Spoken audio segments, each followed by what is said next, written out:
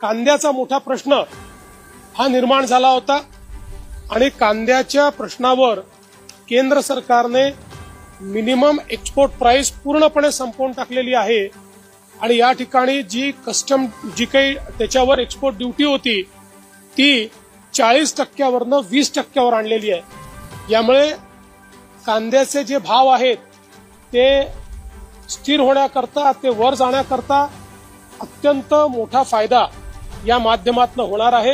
महाराष्ट्रातील कांदा उत्पादक शेतकऱ्यांसाठी आनंदाची बातमी आहे। मोदी सरकारने कांदा निर्यातीवरील निर्यात शुल्क कमी केल्याने आता महाराष्ट्राचा कांदा जगभर पोहोचणार आहे। या निर्णयामुळे शेतकऱ्यांना आता आपल्या उत्पादनाला आंतरराष्ट्रीय बाजारपेठेत अधिक चांगली किंमत मिळेल। विशेषतः आखाती देशांमध्ये कांद्याची मागणी मोठ्या प्रमाणात असल्याने शेतकऱ्यांना नव्या बाजारपेठा उपलब्ध होणार आहेत। सणासुदीच्या या हंगामात शेतकऱ्यांच्या हाताला चांगला पैसा मिळण्याची शक्यता वाढली आहे। त्यामुळे शेतकरी आपल्या कुटुंबाची आर्थिक स्थिती सुधारण्यास सक्षम होते। सरकारच्या या निर्णयामुळे महाराष्ट्रातील कांदा उत्पादन क्षेत्राला मोठी चालना मिळणार आहे।